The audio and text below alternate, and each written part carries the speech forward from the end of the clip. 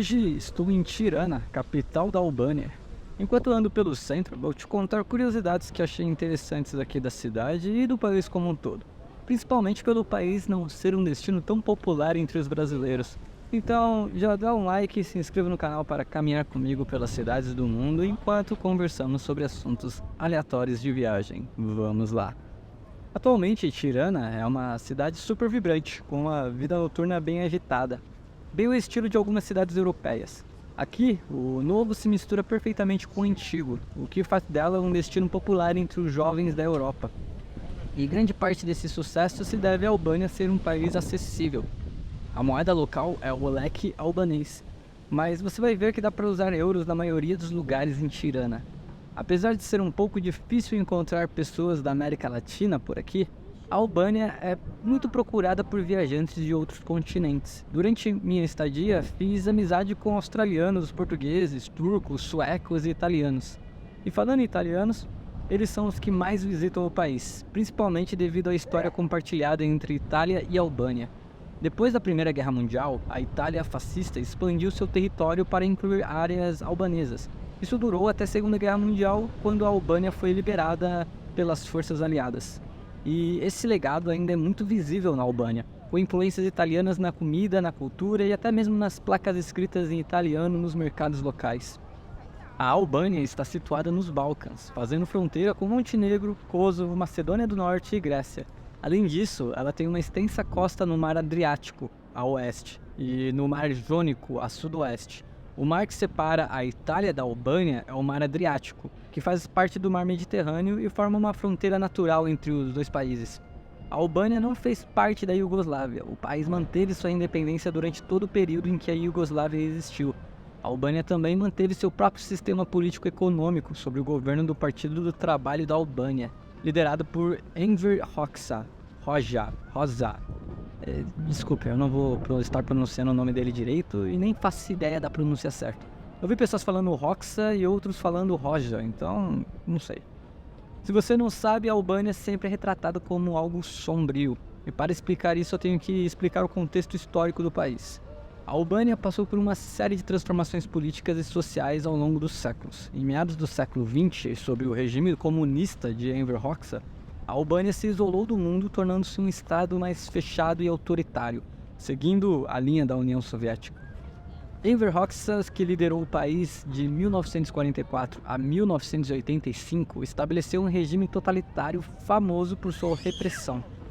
Durante seu governo, ele cultuava sua própria personalidade, silenciava brutalmente qualquer tipo de oposição política e transformou a Albânia em uma sociedade de vigilância extrema. Sob esse regime, a lealdade ao Partido Comunista era obrigatória, e os cidadãos viviam com medo constante de serem denunciados, até mesmo por amigos e familiares. Quando se era denunciado, o governo te sequestrava e você sumia. E pior, não tinha investigação nenhuma, qualquer um podia falar o que quisesse sobre qualquer pessoa e o governo simplesmente sumiria com ela. Dá pra imaginar o nível de medo, né? Se você já assistiu filmes ou ouviu histórias sobre a Albânia, provavelmente sabe que sempre tem algo relacionado a sequestros. Isso porque os sequestros na Albânia durante o governo de Hoxha eram uma tática de repressão usada para eliminar qualquer ameaça à estabilidade do regime. Eles tinham várias finalidades, como silenciar a oposição política, basicamente qualquer pessoa considerada uma ameaça ao Partido Comunista ou que envolvia em atividades opositoras estava sujeita a ser sequestrada, incluindo políticos, intelectuais e jornalistas. Os sequestros também eram uma maneira de manter a população sob controle. O medo constante de ser sequestrado inibia qualquer forma de oposição ou crítica ao governo. E servia para mostrar claramente que resistir ao governo era inútil e as consequências iriam ser severas.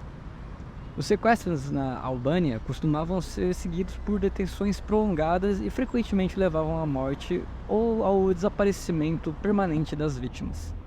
Conversando com locais e obtendo informações de guias, ficou claro que essa era uma situação muito pesada. As pessoas sabiam que, ao serem sequestradas, provavelmente seriam dadas como mortas. Dizem que os guardas, se assim posso chamar, quando eles sequestravam alguém em um lugar com muitas pessoas de testemunhas, o público se revoltava e começavam a xingar e essas coisas. Então os guardas executavam as pessoas na rua mesmo, e isso tudo ao alvará do governo. Tudo isso fez com que as pessoas se isolassem tanto que, se estivessem na rua e testemunhassem um sequestro, eles simplesmente ignoravam, de tanto medo que tinham. Então já dá para entender por que a Albânia não é muito fã do comunismo, certo? Após a morte de Enver Hoxha em 1985, a Albânia passou por mudanças políticas significativas. O regime comunista enfraqueceu e em 1992 a Albânia adotou um sistema multipartidário. Isso criou um ambiente mais aberto para discutir os horrores do passado. Familiares das vítimas de sequestros começaram a exigir a verdade sobre o destino de seus entes queridos. No entanto, a divulgação de informações sobre os sequestros foi lenta e muitos detalhes ainda permanecem obscuros. O país ainda está lidando com esse seu passado. Todas essas atrocidades tiveram um impacto devastador nas vítimas e em muitas famílias. Muitas vítimas sobreviventes sofreram traumas físicos e psicológicos duradouros. O medo e a desconfiança que permearam a sociedade albanesa por décadas ainda deixam cicatrizes profundas. Além disso, a Albânia enfrenta um legado de segredos e impunidade. Muitos responsáveis pelos sequestros nunca foram levados à justiça, e as investigações sobre esses crimes permanecem obscuras e inconclusivas. Sim, ninguém foi preso. Buscar justiça na Albânia é um desafio complexo. Muitas vítimas nunca receberam o devido reconhecimento de seu sofrimento, e seus familiares continuam em busca de respostas. Um ponto interessante é a casa de Enver Hoxha. Havia relatos de que pessoas eram levadas para serem torturadas pelo próprio líder do governo comunista. O governo atual queria transformar a mansão em um museu, mas os albaneses protestaram contra, considerando que seria como glorificar um local de morte. Hoje a mansão permanece abandonada e está no centro de Tirana.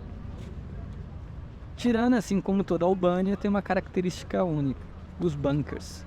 Hoxha tinha medo de ataques estrangeiros, o que levou à construção massiva de bunkers em todo o país. Estima-se que a Albânia tenha mais de 170 mil bunkers, muitos deles concentrados na área de Tirana. O que é curioso é que, devido ao isolamento da Albânia, esses bunkers nunca foram usados para a guerra. Com o fim do comunismo, em 1992, muitos bunkers perderam o seu propósito original. Alguns foram abandonados, enquanto outros foram transformados em cafés, museus, lojas ou até mesmo abrigos para as pessoas sem teto. E é isso, pessoal. Espero que tenham gostado do vídeo. Se quiser assistir o vídeo completo sem a narração, com sons ambientes da cidade, eu vou deixar o link na descrição. Se você curtiu o vídeo, não se esqueça de dar um like, compartilhar e se inscreva para mais dicas de viagem. Boa viagem e até a próxima. Valeu e tchau!